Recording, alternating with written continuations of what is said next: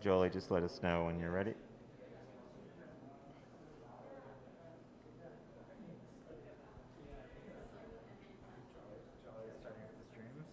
Okay. And then as soon as he has the link to the adaptations, we'll put it up. Okay, and I'll mention just at the start. Okay.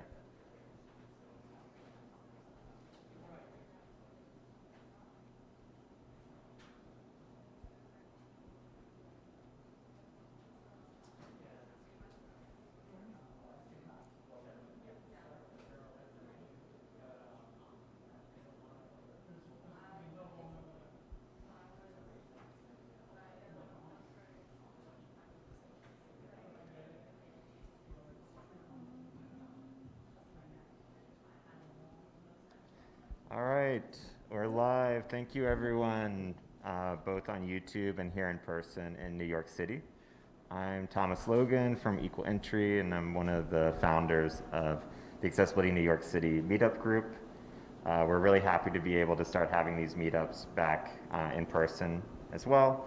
And we want to say thank you to the New York Public Library, and specifically Chancey Fleet and Jill Rothstein for helping connect us to this great space. We also want to thank Jolie McPhee from the Accessibility Special Interest Group of the Internet Society of New York for providing our live stream of YouTube.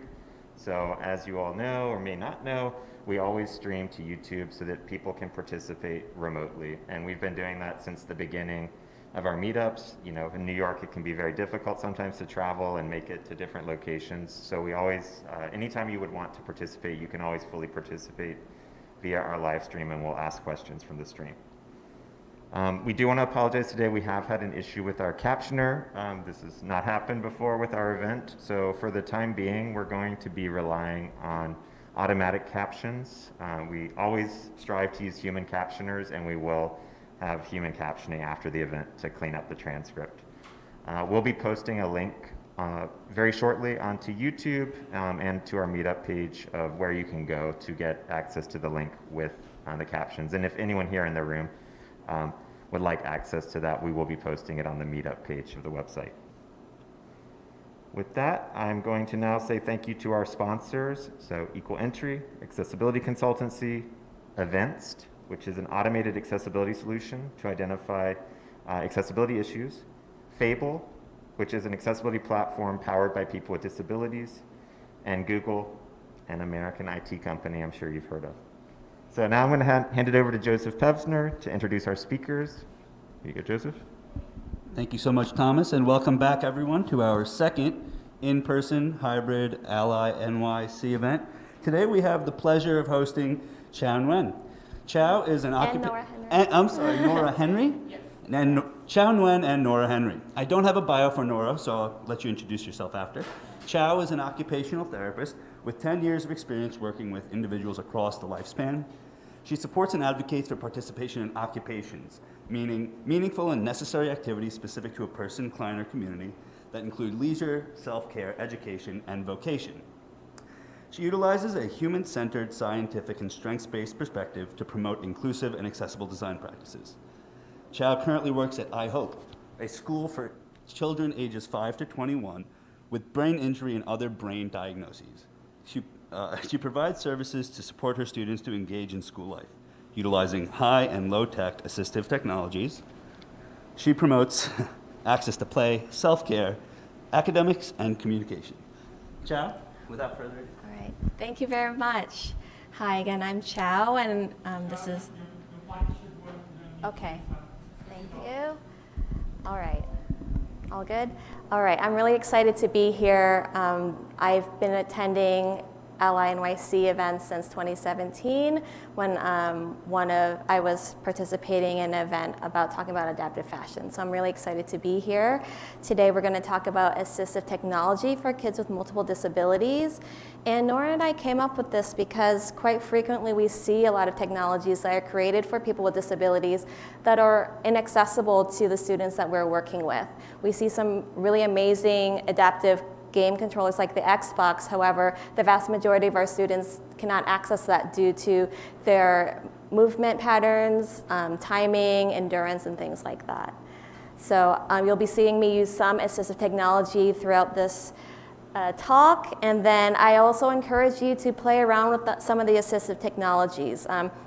Just so you know, some of these are speech outputs, so you might want to hold off until later, unless you just want this to be part of the talk, that is fine too. And we'll be talking a lot about that. We want this to be very interactive, so you can also leave your seat and come to the tables in front of you just to see some of the technologies that we have. And then at the end, we'll be playing some games on the computers, and you can ask us more about those assistive technologies. So I'm going to be using this switch attached to this mount, and to use that too. Do we generally do speaker descriptions as well, like a visual? Okay, so my name is Chau. Okay. I am a Southeast Asian woman with long dark hair wearing black. I'm Nora Henry. I'm a Caucasian woman with long brown hair wearing white. All right, and since I already got a nice introduction, Nora, brag about yourself. So I got my Master's of Science from the University of Scranton. I've been an occupational therapist for 7 years, and I'm specifically interested in my work right now in ensuring that what our students have at school and the accessibility and the accommodations that they have carry over with them as they graduate and enter into adulthood, and so that they can continue being active participants in the activities that bring their life meaning and joy. All right. So we have many goals for you today. We want to introduce you to our students at iHope and to show you how our students have different disabilities and how we can accommodate that. We want to talk about occupational therapy and assistive technology. We want to show you how to use commonly used technologies that our school uses. And ultimately, we hope to influence you in creating more inclusive and accessible digital games and activities for people with disabilities. Again, we work at the International Academy of Hope, also known as iHope. We're located in Midtown, and we are a school for kids and young adults ages 5 to 21 with acquired brain injury. You can see a picture here of a classroom with a teacher in front raising his arms up in celebration and students looking on at him. So as we both stated, we are both occupational therapists. Occupational therapy is a therapy. Does that work better?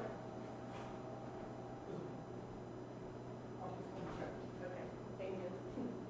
Well, how many of you are familiar with occupational therapy to start? Okay, great. Most people think we help people find jobs, and we don't help people find jobs, but we could help people get the skills that you might need to have a job.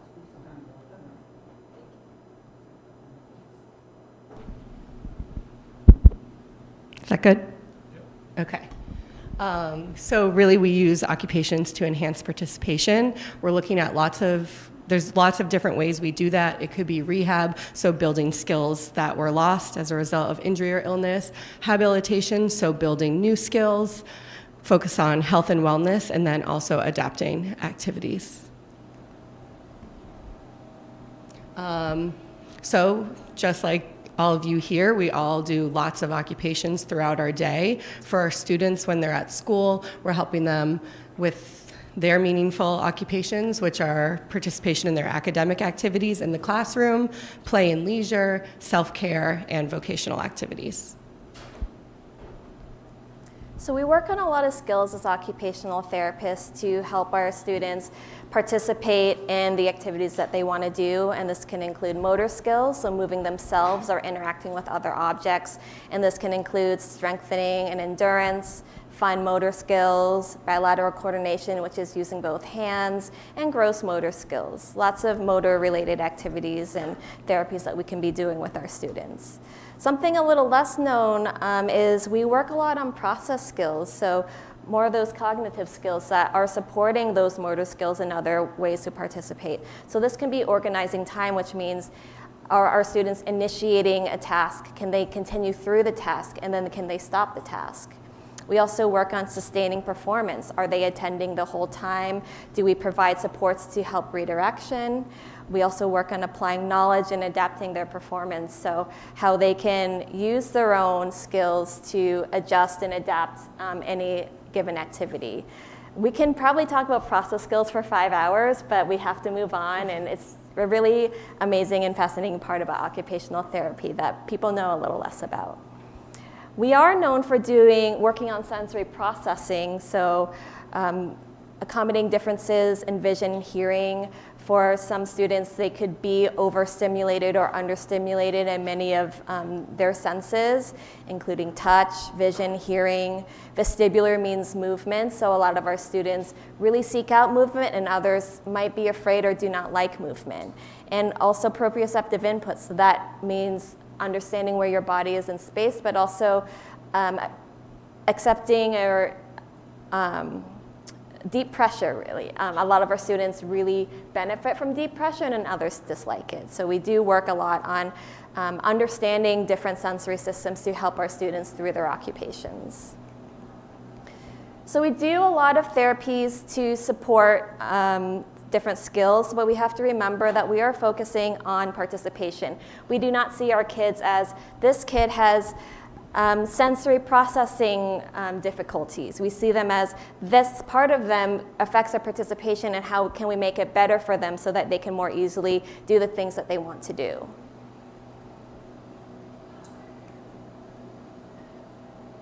We're going to talk a little bit about our students. They all have acquired brain injury, and Nora's going to show you some of the pictures. So all of our students are really unique, and they have really individualized setups in the classroom to help them participate.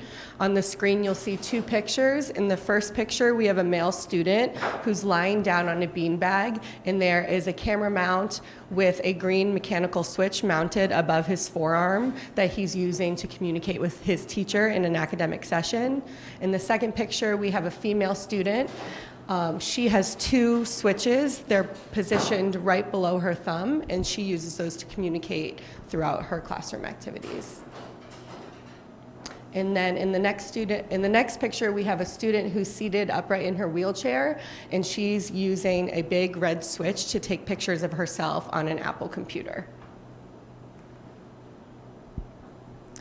So again, our students have acquired brain injury, and this can include many different diagnoses. Most of our students have cerebral palsy. They can also have traumatic brain injury or seizure disorders. So if you would like to learn more about that, we can talk afterwards. We have so much more material to go through, but I hope that are most of you familiar with these types of diagnoses? Okay, great. Something that a lot of people are not very familiar with, and I definitely wasn't starting out as an OT, is what's called a cortical visual impairment. And this is brain-based visual differences. So most frequently, the anatomy of the eye is intact, and so there's differences in signals from the input and output of information from your brain to your eyes. So this screen could look very fragmented to someone with cortical visual impairment. And we do a lot of accommodations so that our students can more successfully use their vision. You can see this slide, we have a black background with yellow text. Most frequently, yellow and red are colors that are best seen by people with cortical visual impairment. And we like to use high contrast, sans serif fonts, movement, so animations in between the slides to catch their visual attention. Reduce visual complexity, so we don't need crazy patterns on the page. We give increased time to respond to those visual stimuli, so it can be between seconds to even minutes. And add other sensory components. So if vision's difficult for them, we might add more auditory components to an activity. Oop, well, this switch is stuck, so that's how technology goes. So I'm gonna go back to, and this happens quite frequently during activities that we have with our students, so real life scenario.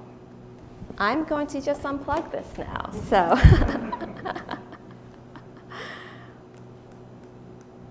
No big deal.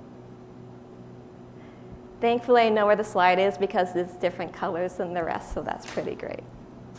Okay. This is an example of how we make images digitally more visible to our students with CVI. So again, we have the black background we add a red or a yellow or whatever color that the student sees best around the image so that they can see it better. And this is easily done on PowerPoint. I'm using Canva, and that's really easy to do. So we try to do that for every digital materials that we are presenting to our students who have cortical visual impairment. So let's talk about some of the motor differences and other differences related to brain injury. Our students move differently, so it can be with how they're moving. We have full range and we can move in all directions, and for a lot of our students, they might move in certain directions, maybe forward, backward, maybe not the same range of motion, or they can be hypermobile as well. And processing movement. So a lot of our students might take up to minutes to process a movement to access a switch like this one. So we are always accounting for those differences. And just like us, you may wake up one morning and your body feels different than it did the day before. Our students are just like that too. So every day their body might feel different, so they might need multiple modes of access throughout their day to account for endurance and all of those factors as well. And then if you remember those pictures that Nora was showing you, we've had some students who are lying down, they were accessing a switch with their forearm or their thumbs or their hands, but some of our students have the best movement in their head, so we are mounting their switches on their wheelchair so that they can access with their head. It could be a movement like this, right there. Okay. We are also accommodating sensory differences, so our students can be really enjoy touch or really dislike touch, and we are accounting for those activities to make sure that they can best attend to a task. So for our students who may like textures, we might add textures to a switch. We also account for auditory and hearing differences. You know, some of our students have little or no hearing, and some of our students might have little to no vision, and some students might have both of those things. So we're always accommodating and understanding those differences and individualizing how we are presenting activities and providing those adaptations.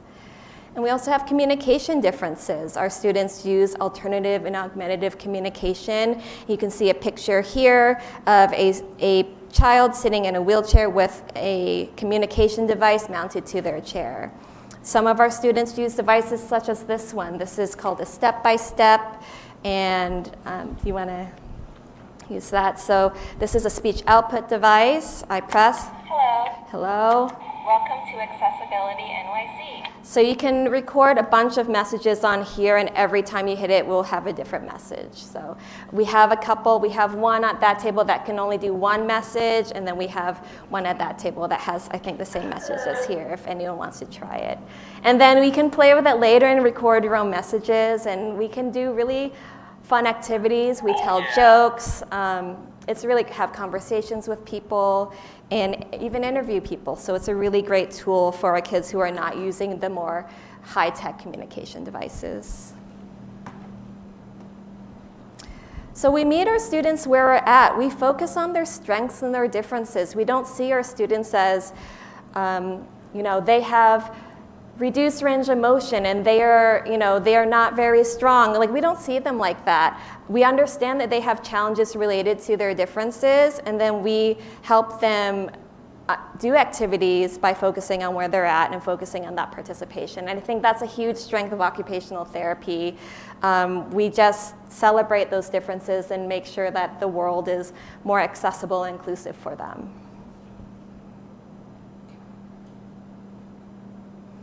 All right, so we'll talk about assistive technology and durable medical equipment. So we're going to talk about some switches and some of the things that we use with our students.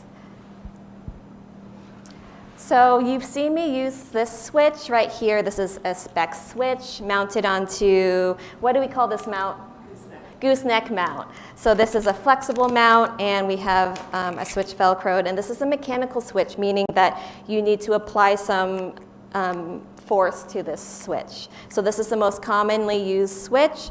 We also have a wobble switch, so this can be activated in more directions than that button switch. And then the one that you see at the top, we have this black and silver switch, and that's called a microlight switch, so you can access with very light touch. So many different mechanical switches that benefit our students' differences. For the ones who are very strong, we might give them a bigger version of this switch, and they can hit the switch as hard as they can. We also have softer ones as well.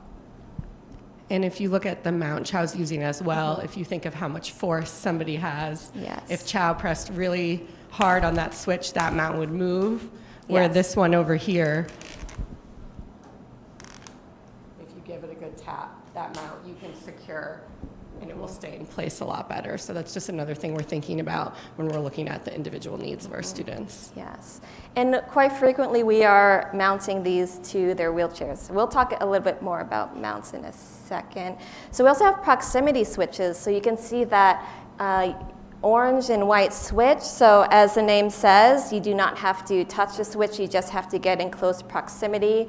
This is another proximity switch. This is called a honeybee switch. It is a yellow and black switch with sensors, so then when you get close, I don't know if you can hear the beep, but it beeps to tell you that it's being activated. And then this one you can calibrate to how far or how close that you're going to activate this switch, which is really great for our students who have smaller movements, and hitting a mechanical switch could be very difficult and affect their endurance. And we give switches to give access, not for a workout. We also have electrical switches. This one is a NeuroNode. It is a white switch with a black logo, and you attach it to a student's body where they have trace muscle movements. So it can sense some of the electrical stimuli from the muscles, the electrical currents, so then the child can access those switch adapted activities. So it's pretty complex. It's a really incredible piece of technology, I think. It's pretty advanced technology where a student you might not be able to see their movement with your eye, but their thought, like how their brain is telling their muscle to move, it picks up. So it's pretty incredible. Yes. So we talked a little bit about mounting. We are accommodating how strongly our kids are accessing the switches. Some of our students might need subtle adjustments throughout the day or even in activity. So this one is great, so you can constantly adjust it to wherever it needs to be, because our students can move differently even within the hour during activities due to fatigue, or their movements are a little less consistently in one place. So. We also accommodate seating and positioning. We have 4 images here of different types of seating devices. We have a manual wheelchair, we have a stroller, we have an activity chair, and we have a power wheelchair. And we are using these technologies for every single one of these equipments. And so I have this one on this chair. Normally I would not put a device on the backrest because that would be really uncomfortable, but you can kind of think about where you might put a mount anywhere on the chair. It can be pretty complicated sometimes because there's only so much metal on the chair that you can attach it to. So hopefully later you can definitely take the mounts off of the table and play around with them and see like where you would put it for the access that you're looking for. You would put a mount differently for if someone was using their foot or their leg to access a switch, and differently for the head or the arms. So let's talk about adaptive play. That's why we're here. OTs have the best jobs because we get paid to play with kids, and it's such an amazing job. I hope that you get to see OTs in action aside from our videos. We use switch adapted toys so we can do our own adaptations. Nora's going to show some of the things that we have. So we have a dinosaur toy, and we add some hardware to this toy so then you can attach a switch to it, and then the child can better access the toy versus using a really tiny little switch that is very difficult for them to turn on and off. So we do more than just have the animal move. We have dinosaur fights, we do bowling, we attach paintbrushes to them, and they do some really incredible art as well. So our students really enjoy these toys. And we also have commercially toys that are adapted as well. This is...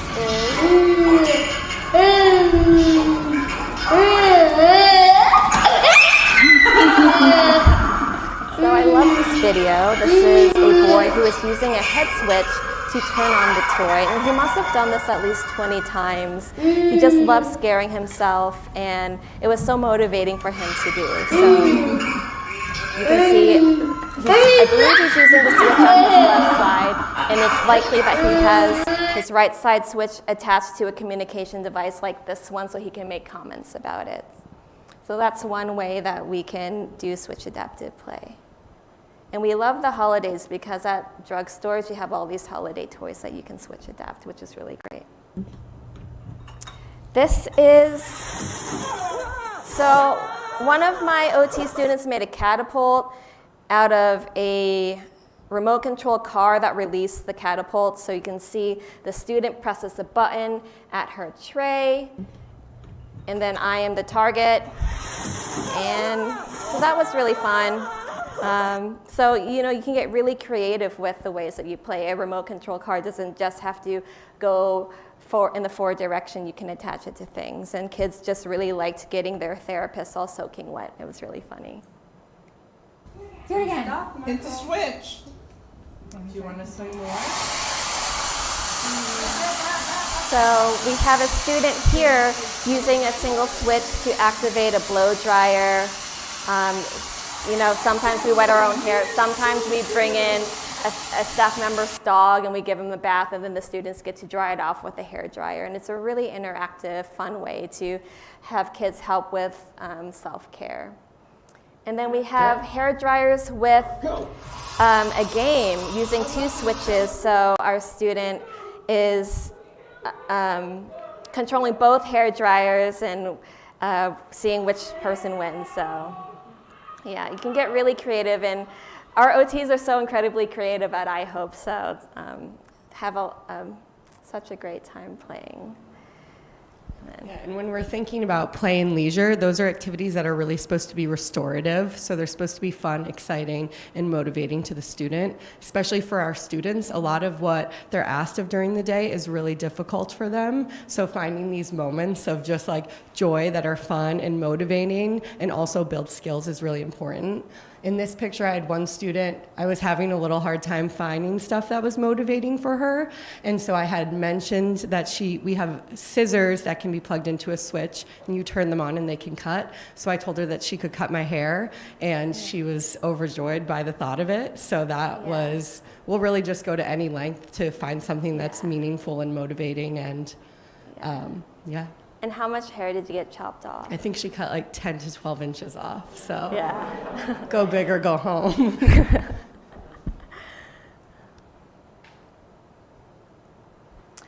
This is a computer game that we use with our students. It's a website called Help Kids Learn. You have to have a subscription for it, and they have a lot of amazing switch adaptive games. However, there's very few websites that offer games that can be accessed with 1 or 2 switches.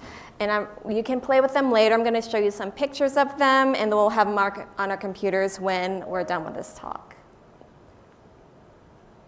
This is a game that requires 2 switches. You can see it's CVI friendly, so there's a black background, simple pictures, and then 1 switch can build the rocket, and then the second switch, the astronaut can come in, and then it launches. So this is a great way for students who can use 2 switches, or a motivating way for students to learn 2 switches with 2 different functions.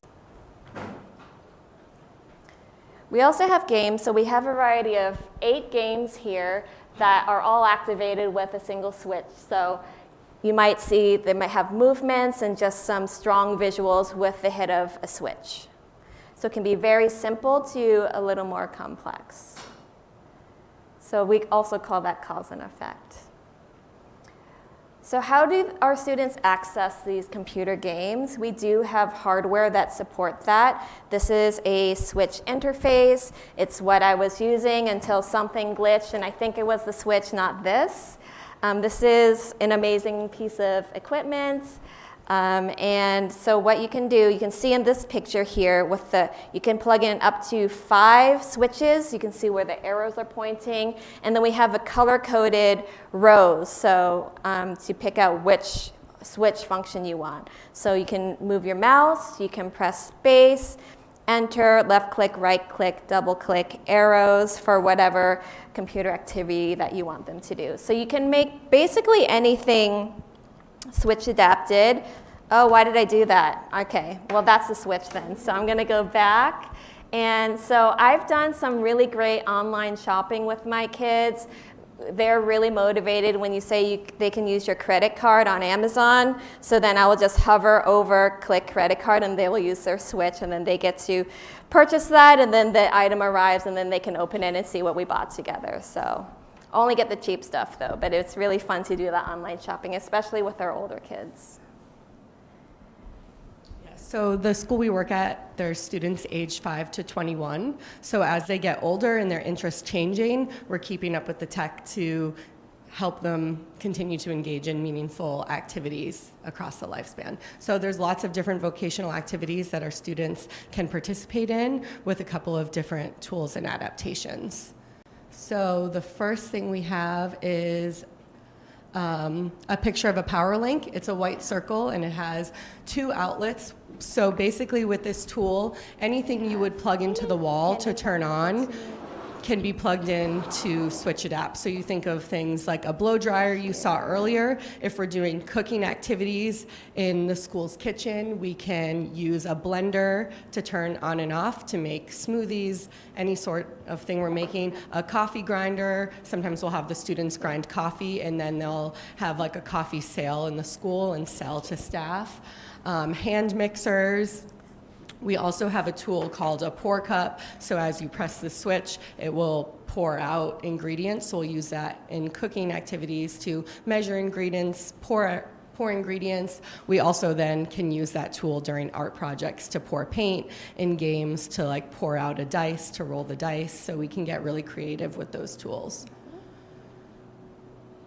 And here is a video of a student using switches mounted by his head to turn on a blender, and he's actually helping to blend his own lunch in this video.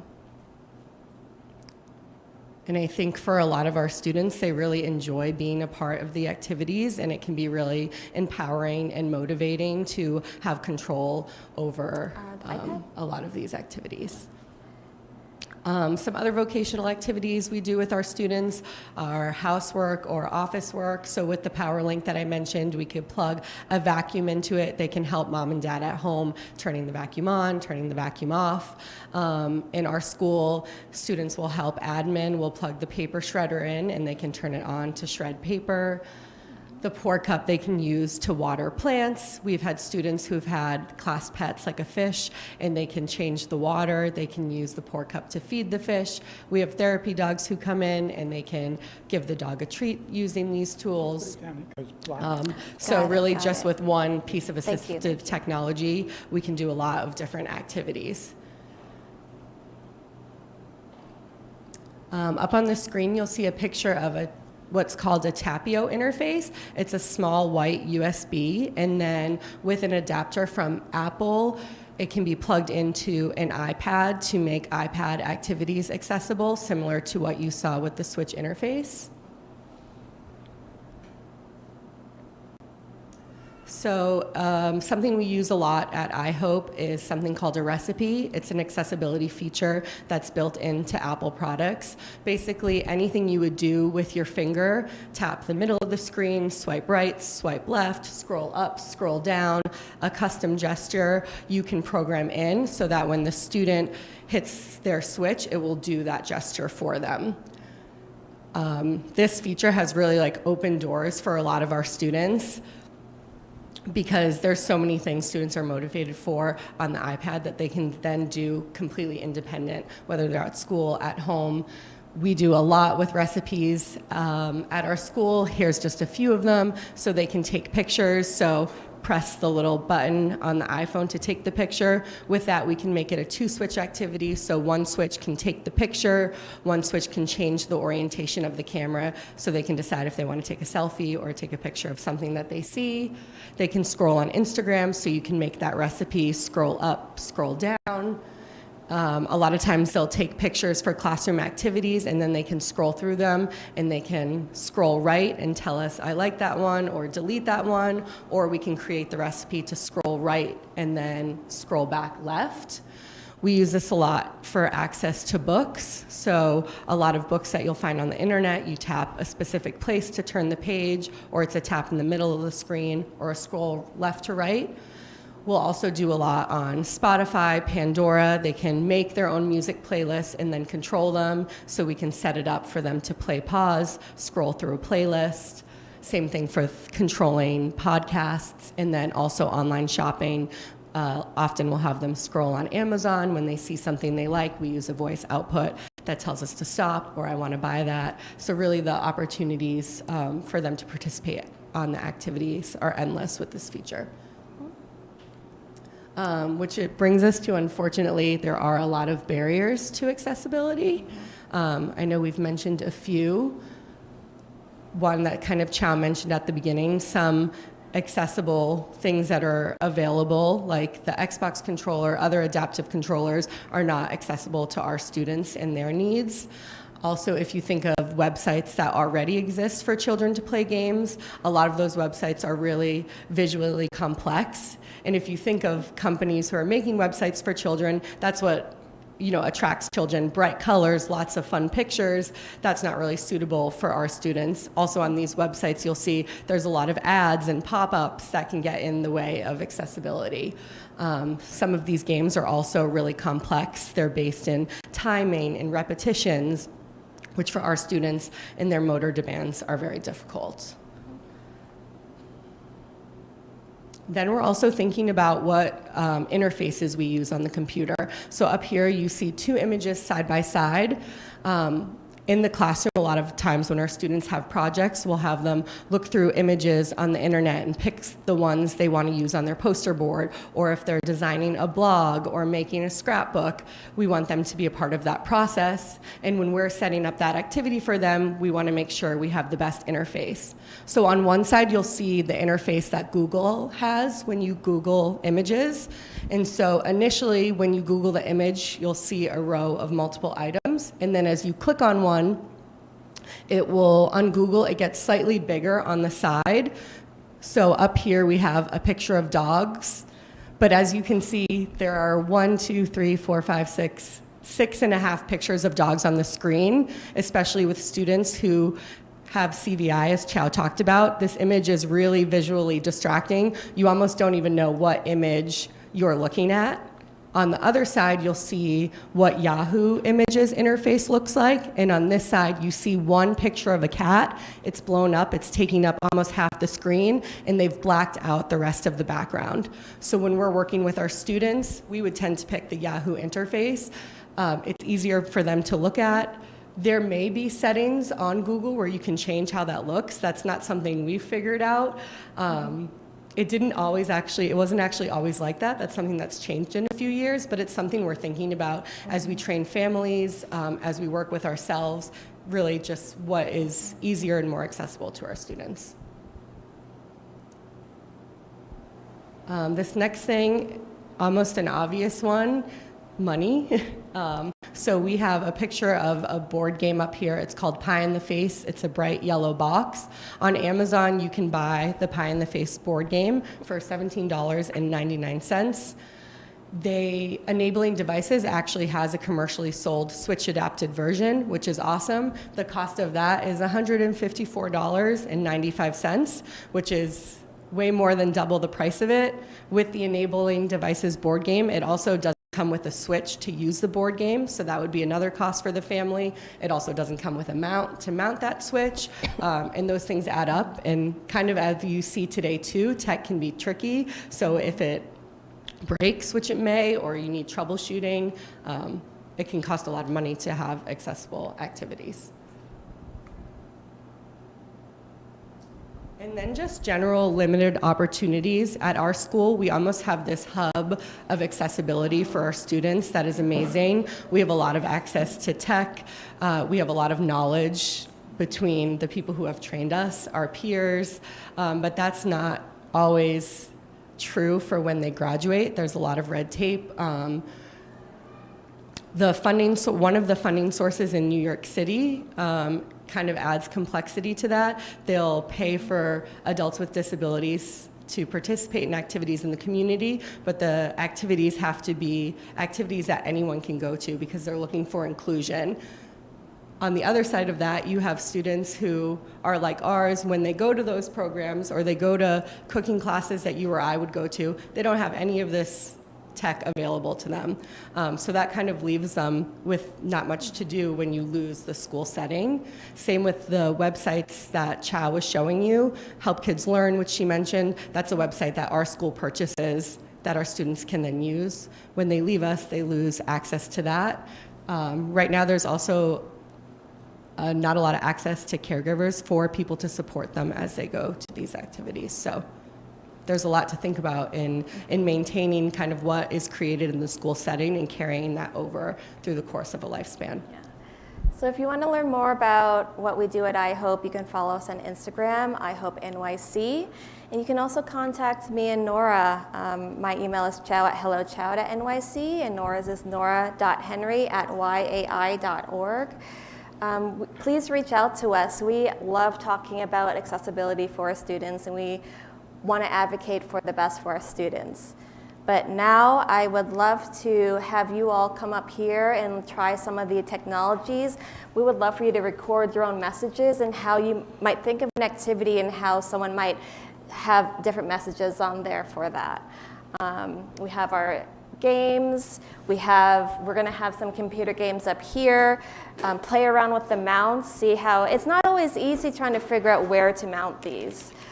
So that is all we have right now. Does anyone have any questions before we start playing?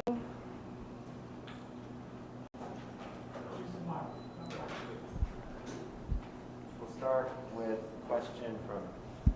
So thanks to everyone on the YouTube stream as well. We had about 20 plus people there. So we had a question. We'll start with a question from YouTube and then take a question here in the room, and then we'll take a question from YouTube. So there's a question, it'd be helpful to discuss, identify any tools or approaches or organizations that try to work and play with children who are cognitively disabled, not injured, no physical trauma or disease. So I guess just a question on maybe tools or approaches for cognitive disabilities. Can you ask the question, Nick? So is it like where to find those resources? Yes. Okay, great. So, so I think a lot of times if kids receive the services that they are mandated for with ADA laws, and hopefully they are at a place that has accessible education, so they're going to get a lot of that through their schools, or if they have outpatient activities as well. Unfortunately, some of the organizations that offer assistive technologies to students, those are pretty hard to find, and for parents to, on top of managing their kids' school, medical needs, and their other children, no one has time to figure that out. So, Nora, what else do you have to say about I would just recommend too, OPWDD is a New York State service for people with disabilities that families can register their children with. I believe it's once they turn 8 years old, and then there's lots of resources within there that can connect to services you may be interested in. Yeah, and I'm hoping that it's not just a therapy like occupational therapy, speech, or physical therapy that introduces, although we help with the access component, but there are so many ways that other people can be aware and provide those assistive technologies as well. Yeah. If you have a question in the room, just raise your hand and we'll bring the microphone. Has anyone ever used switches before or trialed it with any student? Okay. So I hope that you come up and play. I saw a hand back there. Okay.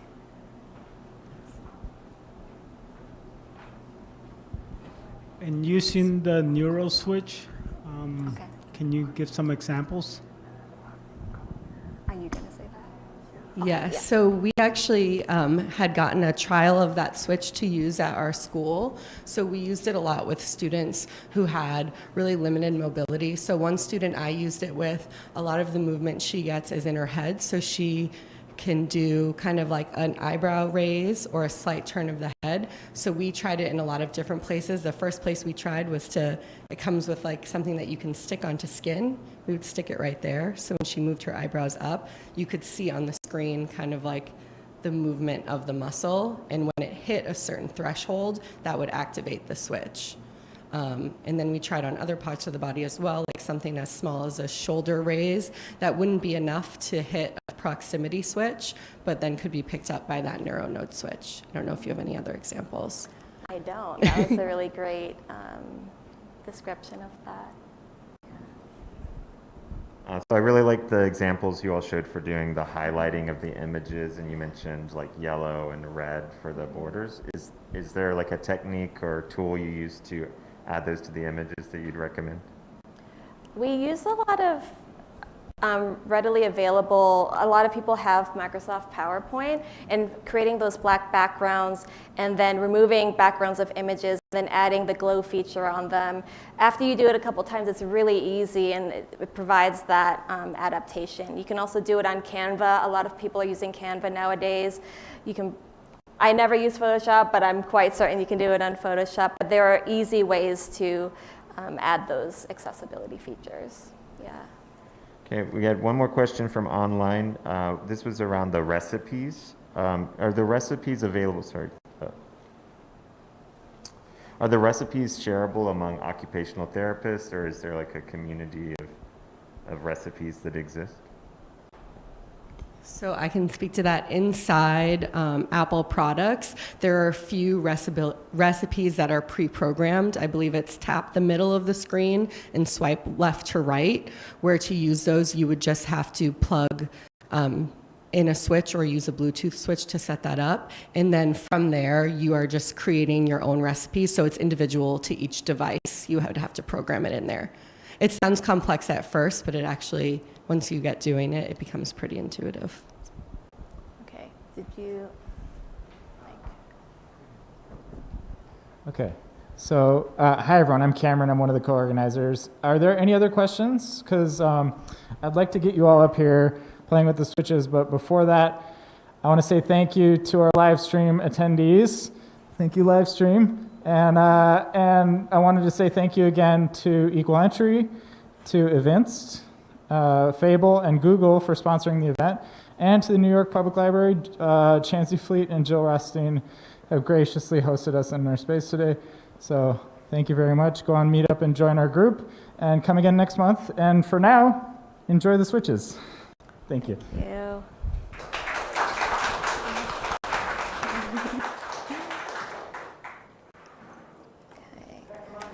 Come on up. Yeah, of course. Okay, let us know what you want to do. Hard stop at 5 till 7, so we have 20 minutes of space. Yes. Okay. Yeah.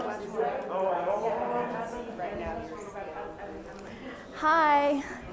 So we add what's called a battery interrupter. So we had to make a little hole, but then we put a piece of like copper and we solder it onto a mono jack, and then you can make it switch adapted. So most toys that have batteries and have an on-off button can be switch adapted. Yeah. Yeah.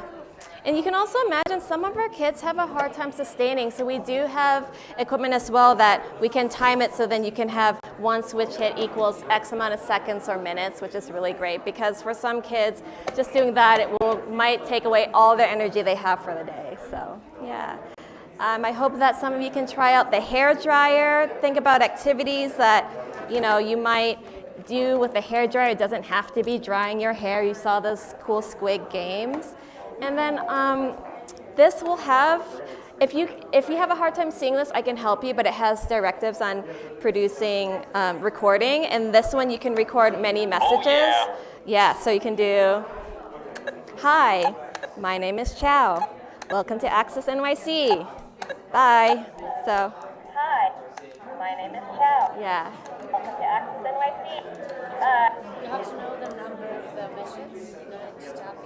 Sorry? So how do kids use that? So they can use it right here. We can attach another switch, and then they are going to be accessing to say what they want to say, or if it's like a conversation, they wait. So there's so many skills and opportunities for them to communicate. But why don't you take that? Yes. So I haven't. Let's see. You have to have this on a certain. Yeah, I've used another one before. Actually, can someone hand me that white one? I don't think it's connected to anything. Yeah, but this one, let's see. I just rarely use this one. So let's do times seconds. And I think you might have to turn on. It also could have reset. So let's try this one. I'm more familiar with this one. And let's plug this in. If someone can help me plug this one in. Thank you. And I'm going to plug in the hairdryer right here. Great. Looking good so far. And then we can go into different modes. So we're in, let's see.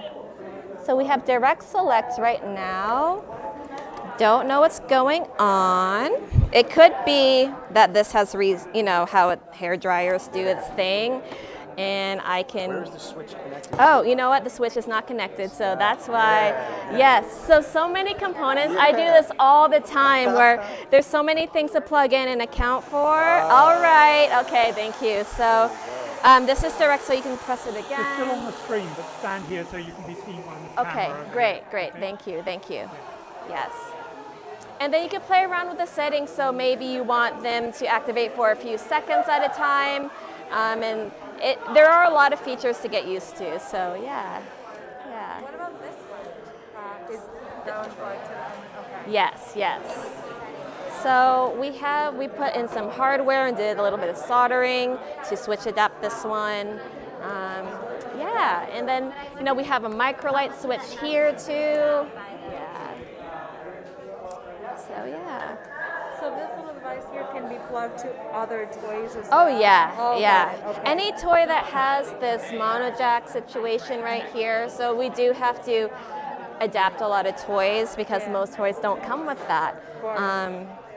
So that's one of the things that prevent us, prevent kids from playing with what they want to. Hi.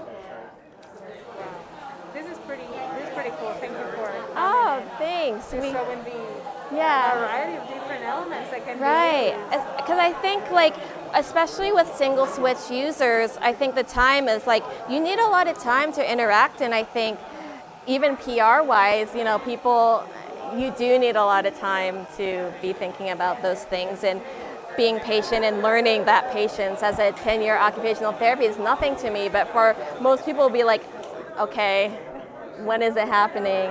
Right. And then you'll be like, okay, hit the switch, and it's not about that, it's about playing with the toy. Exactly. Exactly. Yeah. So fascinating. Yeah, why don't you play around with this and see different configurations of, so this is a microlight switch, it just needs a light touch, and then we can bend this in all different ways that support our students, so why don't you play around? It's a really heavy duty mount. Yeah. I was hitting it around a little. Yeah, so it's a great. So what can this one be used for? So we want to keep switches in the same spot all the time. So we use mounts so then we can guarantee that it's going to be in a similar spot. Also, if a kid is in a wheelchair and they need a switch at their head, and we might not have that hardware on the chair to put that on. So, yeah. So you can imagine, sometimes we have races with 2 or more of these, and the kids are using that, and it's really, really awesome. So thinking about more than just it walking, but it's really fun for the kids. So That really grips the table. Look at oh yeah, It's bending oh the yeah, table. yeah. It is very strong. So it's really, So many angles that you can get, because quite frequently we have to get to these really specific angles. It's really hard to get to from certain parts of the wheelchair or table. So yeah. I hope it's a private school. Yes, it's a private school. Yeah. So you know, your standard special education school might not have all those accommodations that benefit the students, which is why we exist. We would love to say like any accessible education school can provide that, but we know it's the case, especially with our students. A lot of times they're just sitting in front of iPads all day because no one really knows what to do. In addition, all of our students need at least one person, helper, paraprofessional with them at all times, and some of our students have 24-hour nurses. So thinking about the range of disability that benefits from that support. I was just thinking about like Yeah. the resourcing that Right. is afforded at your school versus Right. perhaps like a public school.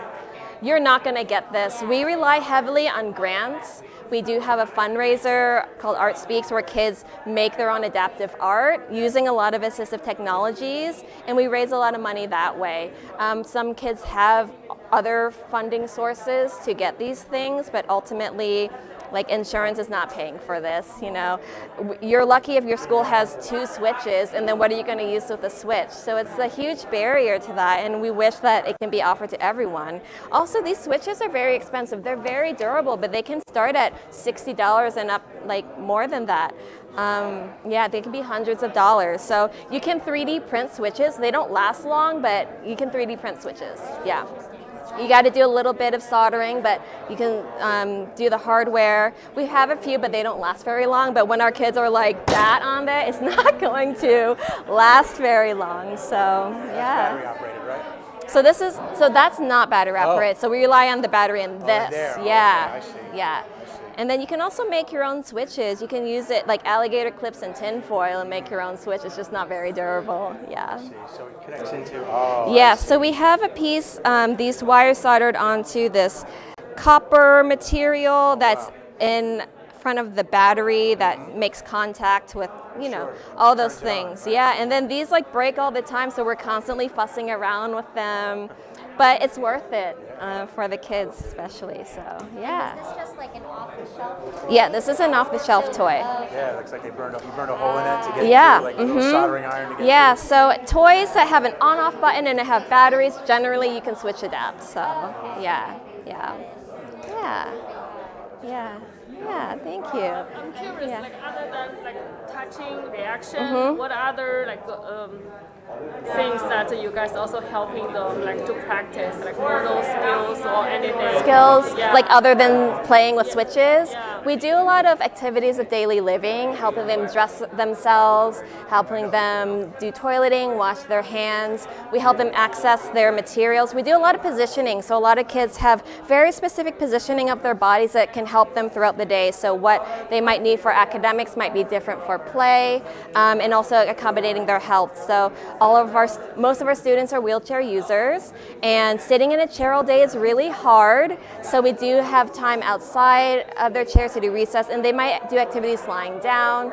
But when think about how you sit in a chair with the 90 degree, we do strive for that, but at the same time it's very tiring. So there's so many these decisions and accommodating and fatigue and all these things that are what we do in OT. So to get here, to get the mounting, to get the positioning, to get the right activity, to accommodate vision, I think some people forget like what goes into that versus like, oh, you just play, anyone can do that. I'm like, no, I wish everyone can do it, but that's why we have OT. So yeah. Do other types of services as well? Like We have speech, physical therapy, vision therapy, hearing. We have academics. We have music therapy.